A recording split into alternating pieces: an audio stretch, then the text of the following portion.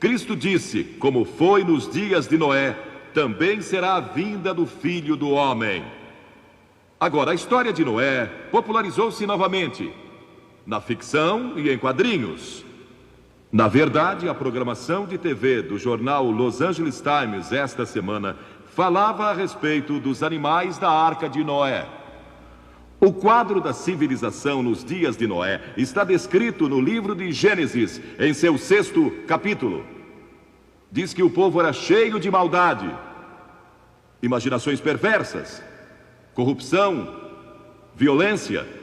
Toda a imaginação dos seus corações era má. Isso não se parece com nossos dias? Não podemos deixar de imaginar maldade quando assistimos muito à televisão e vemos tanta violência e crime. E lemos a respeito de crimes em nossos jornais todos os dias. Pessoas que são assaltadas e assassinadas e roubadas e tudo mais o que acontece.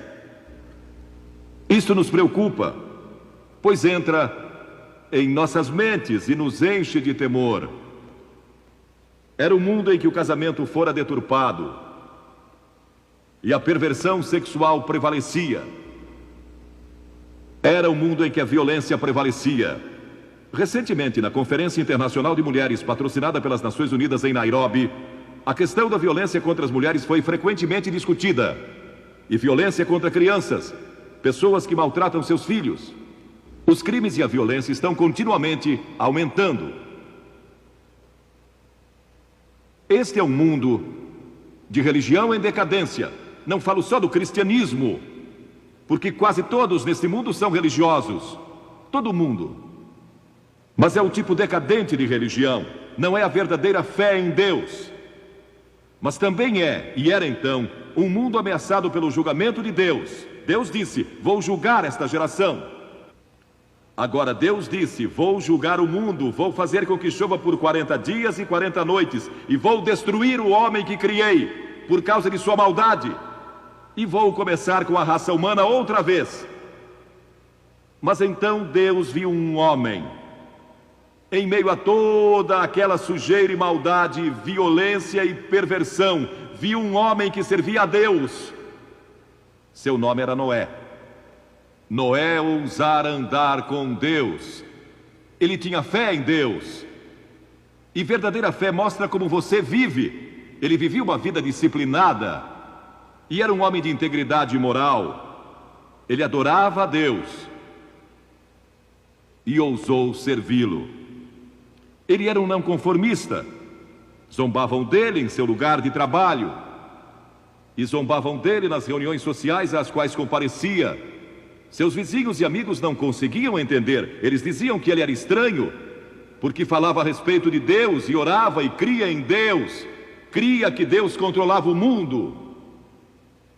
A Bíblia diz que pela fé, Noé, note, pela fé Noé, sendo advertido por Deus sobre coisas que ainda estavam por vir, movido de temor, preparou uma arca. Deus disse, vou mandar um dilúvio, mas tenho que salvar Noé e sua família. Noé vive para mim. E Deus não pode julgar uma pessoa que vive para Ele.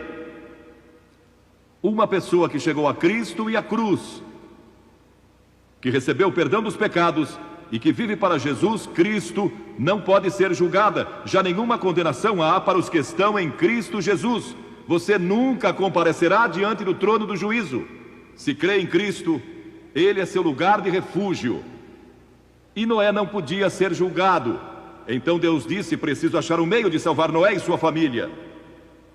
Então Deus veio a Noé um dia e disse, Noé, eu vou destruir o mundo e começar outra vez. Quero que construa um grande navio e que o faça de cipreste. Cubra-o de piche por dentro e por fora. Faça-o de 150 metros de comprimento, 25 de largura e 15 de altura, com 3 andares. E põe uma janela e uma porta. E comece logo. Vocês podem imaginar como aquele povo zombou? Construir um imenso navio, tão grande quanto o moderno transatlântico, no meio do deserto, onde nem havia água. Mas Noé, eu imagino, era membro do sindicato, então conseguiu alguns operários. E começaram a construir aquele navio. E imagino que tenha se tornado uma grande atração turística, como a Disneylândia.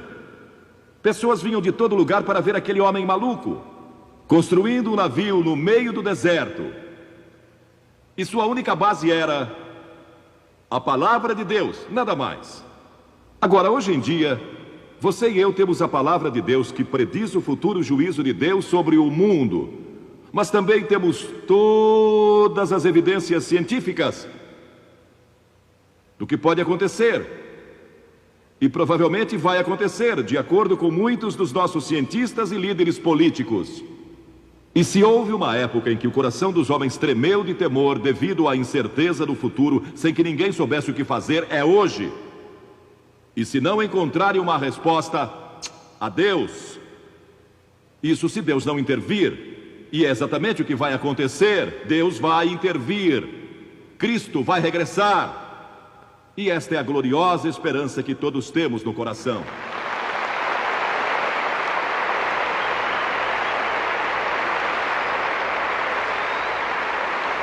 Mas durante todo aquele tempo Noé pregou. Ele trabalhava e pregava. A Bíblia diz que ele foi um pregador da justiça, pregou arrependimento.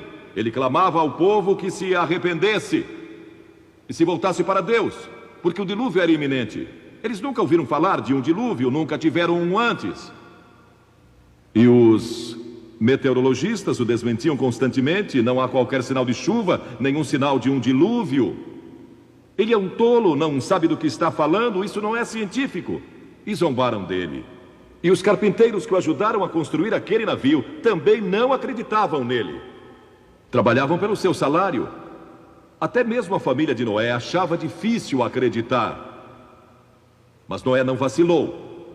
E Deus não falou mais com ele por 120 anos. Pensem só nisso. Ele recebeu a mensagem do Senhor e acreditou nela, aceitou-a pela fé. Isso mostra a extensão da sua fé.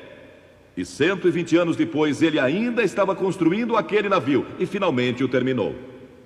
E quando terminou, Deus veio a ele e disse: Noé, vou dar ao mundo 7 dias mais. 7 dias mais para que se arrependam. Mas depois disso, o julgamento vai se abater. A Bíblia adverte que o mundo vai sofrer um julgamento. Mas a esperança no horizonte é a ressurreição de Cristo.